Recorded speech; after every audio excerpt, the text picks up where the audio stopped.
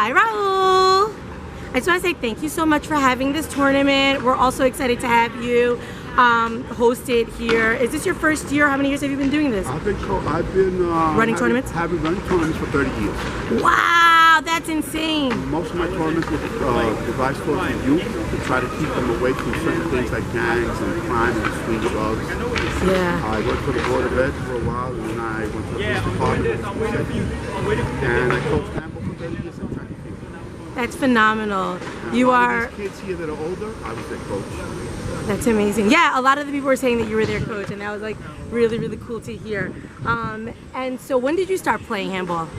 I came into this game at 28 years old. Wow. I was a runner, and I was trying out for the Olympic team, and I trained 12 years really, really hard. As a matter of fact, my track coach was here today. He's 80 years old. He used to run for St. John's. He used to have many, many records. He was a member of the Four Horsemen at St. John's.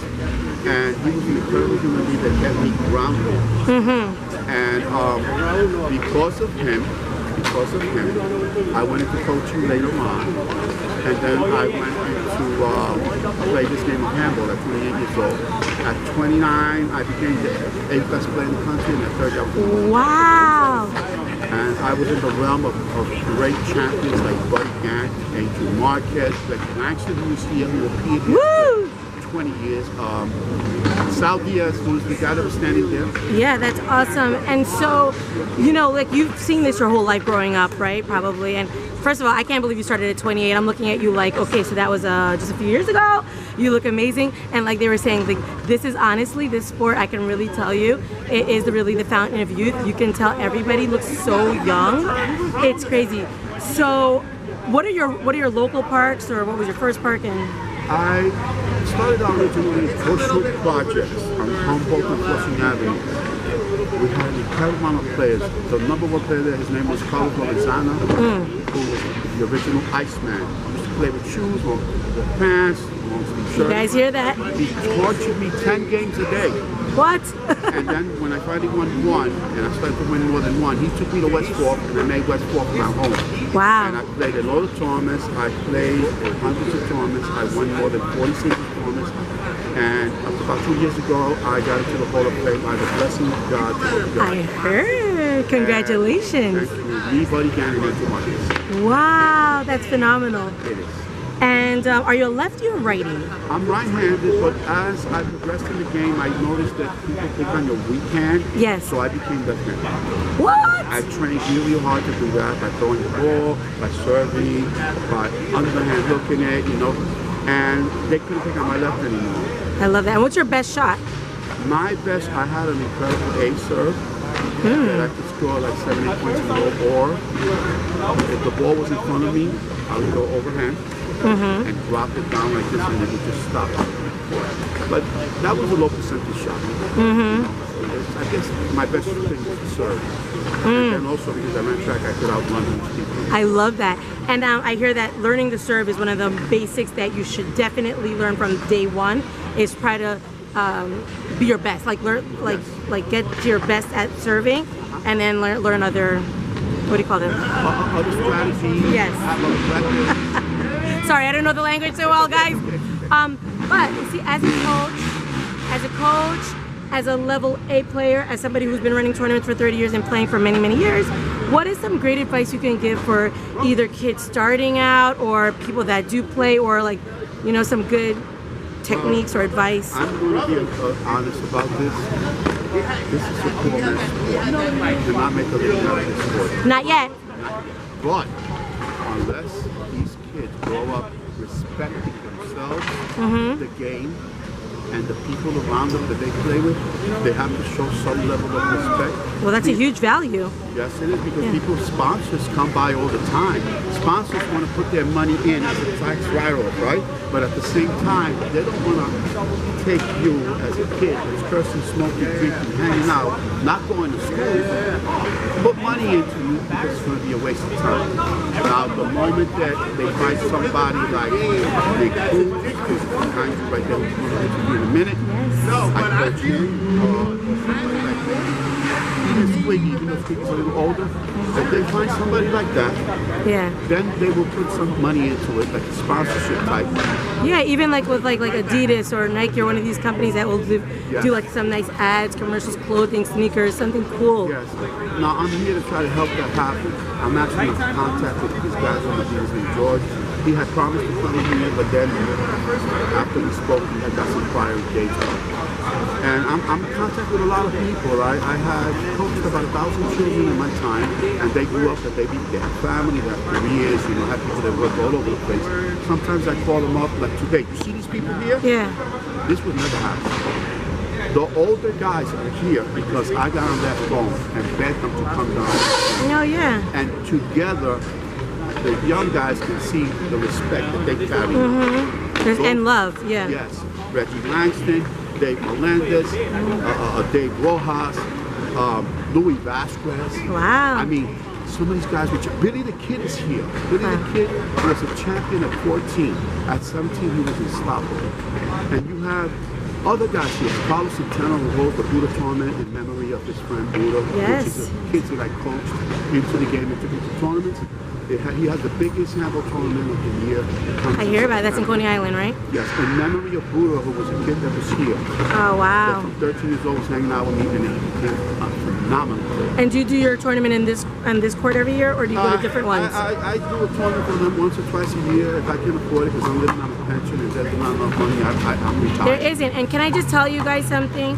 Every sport we play in New York, but if you want the real New York sport and you want to find any sport that is only played in New York, and you could ask anybody in New York a question, it's like, do you play handball? It's here. I feel like this is the sport that anywhere you go in New York, you be like, you play handball? It's like playing double dutch. It's like, I'm sure they do it everywhere, but here is like handball. You find it in every park. Every park you have a wall, or many parks. There's over 2,200 handball courts in New York City. And you guys, if you're not from New York, come visit a park or a tournament. Find out about it. They're branching into other places, and they kind of like have a lot of respect for the New York players, because these guys are here. They're in these streets. They're not sponsored. Yeah. Well, we need sponsorships for sure. We need some of these big names to pick it up, because, I mean, listen, they're always repping New York in some way, shape, or another, but it's like, this is the real representation of New York. And so... And I am very glad that I was able to do this. We're grateful to you. I'm just happy they showed up. They interacted. They haven't seen each other for 20 years. This is such a glorious day. So beautiful. And Victor Daniels. Yeah. I want to thank you and you, Miss Liz, right? Yes. For this moment that you've taken to show interest in my feelings towards this game and the people that I love. I love it. Thank you so much. And let me ask you one last question. Do you have like a mantra that you believe in, or something you say to yourself, or anything that you, even as you coach, you tell the kids that it's good to say? Every kid that I talk to. Huh? Every kid that I talk to. I will sit down, tell them how important it is to have respect for yourself, yeah. as parents, and whoever is looking upon you, because you never know who's out there watching. So these kids are so talented. Yes. But they have no way, no avenue of finding sponsors. No, and they don't have that value, and that's such a great value. Let me tell you, the value of respect is something so basic that if you learn it, this world would be a different place if we had respect. Yes, There's one for yourself and then for everybody else. And I also talk to kids about faith, believing in God. Amen. Talking to God when you walk, say a prayer. Amen. God is watching you all the time. Always. You know, I instill that into my kids. And the kids that I talk to in high school, we're supposed to do that as a religion. I used to go to the circle, I would say a prayer before, not every time in high school level. And a lot of them still talk to me about that. Listen, you don't have to say God's name, you can say any name you want, but a prayer goes a long way. And in every sport, whether it's you use the word prayer, or you say something like, they always have some kind of cheer or mantra or affirmations they say, it's the same thing. And that's such a beautiful thing. I'm so happy you're doing this. We're so grateful to you. You're amazing. I thank God. Great. Okay, so we have a couple of things. One is, I know you are also a toy collector. I don't know what you're collecting, and you have your cousin Ruben here today that also does the same thing, and you guys have a YouTube or a podcast. Yeah, he has a nice channel. It's called What's That?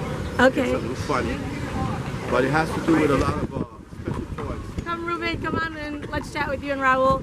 these two are cousins, and Ruben came into the game with his cousin Raul and brother Rookie, rest his soul, we love, and Rocky. doing this for you. Rocky, I'm so sorry. And let's talk a little bit about your, well, if you guys want to tell us a memory from playing handball, that's great too. Before, Toys.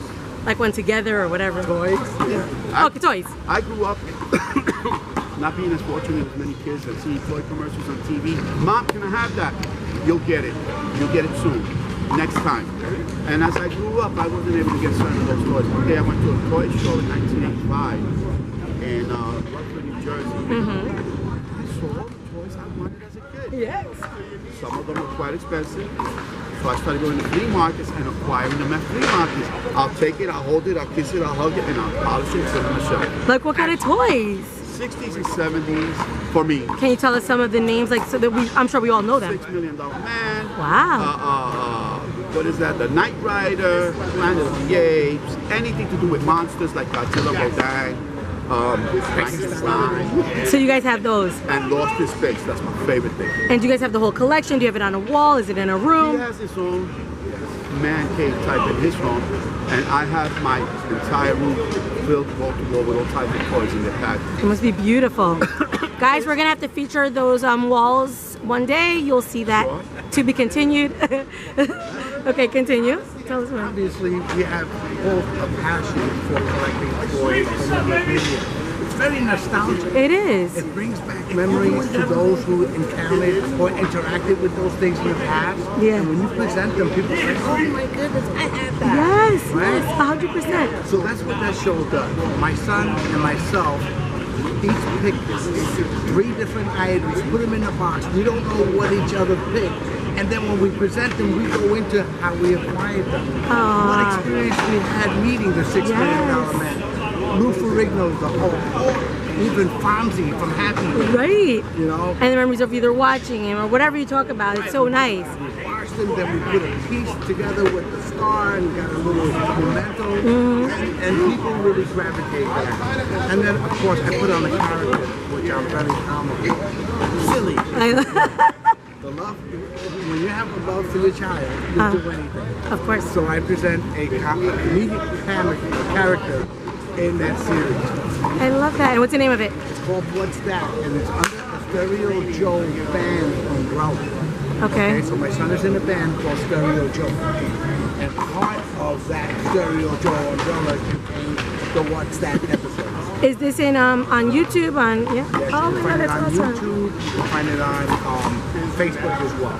I love that. And then are you also doing it? Are you part of this No, show? I am. You feature there sometimes. I was kind of featured once with my very important Lost in Space robot from 1966, 67. That toy robot cost $7.35 when my mother bought it from me when I was about 7 or 6. And that robot in the box is worth about $4,000. Wow. Guys, keep your toys and whatever you have precious, keep them clean, keep them safe, because you never know. Can I tell you something funny? Like last week, my cousin Dominique, or somebody sent us a picture, no, my cousin George, he sent us a picture of like the cousins, and I was holding a Cabbage Patch, and like, well, obviously, we grew up like, you know, we couldn't have a Cabbage Patch. Like, one of us did, and that was it, right? So Dominique had her Cabbage Patch. I was the godmother, and the picture is of me holding my godson Dean, which is a Cabbage Patch, and she has her hand under, like it's a real baby, and she's looking down, and it is hysterical. And I looked at it like all day because it made my heart feel so good, because right now I am the godmother of her real son, and I just like just the way she was so serious holding the Cabbage Patch. You know, that when you said it's like nostalgic and that feeling you get, I felt that. You know, yeah. Always like that. Yes. I have two questions, and I throw my leg over my robot. I have a Godzilla with a 40-inch tail about this big, and I took it to a toy show, and a gentleman that was in most of the Godzilla movies appeared here from Japan, and he autographed my Godzilla in gold with boxing gloves. Wow. When I went home, my wife was like, "Get out." Oh, wait, why? Because I'm always bringing something like that. And then, so what did I do? I waited till she went up to the store, came back, and then she called me with my legs around the robot like this. My love. I love you. That's awesome. I also love Batmobiles, and I had a dream come true because of this guy. Got to sit inside that. Oh, wow. We have a huge network when it comes to toy collecting. Even TV shows. I've been on Jay talking about Secret Stash, comic book, Yeah. right, on AMC. Yes. We were on an episode, and a few of my friends own movie. Real movie cars. Wow. So this particular friend owned the Batmobile. You know it's hot. He also owned the chariot from Lost in Space. So on that particular day, not only did he get his dream with the Batmobile, but an unexpected treat with the chariot. Remember that? Hey, That we was got the somebody same in. day he got his little red Remco robot, right? My robot. Wow. I got it autographed by all the cast members of the That's show. a huge deal. I have 9 robots photographed by every cast member. And I'm friends with one of the guys. His name is Mark. Very upset from the show.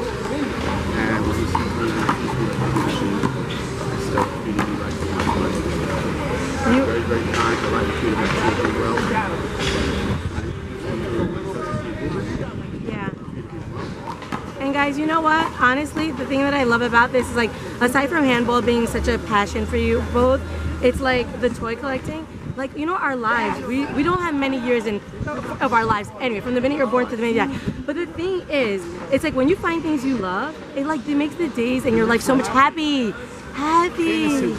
Yes. When you're happy, you actually fight and when you Preach. I love it. and when you vibrate at a higher frequency, you have a better state of existence. And that's why when I do the show, I do comedy. And with the love for the subject matter, and it's a really nice conversation. And then you have this love for the father and son going on too. So then you got a real powerful message being sent there that any one of us can do anything that we want. I love that. I love that. I love you guys. Thank you for coming here today. I appreciate you, and you make me happy. Thank you, Victor, and thank you for the moment, because anything to help handball, Yeah. I'm with it.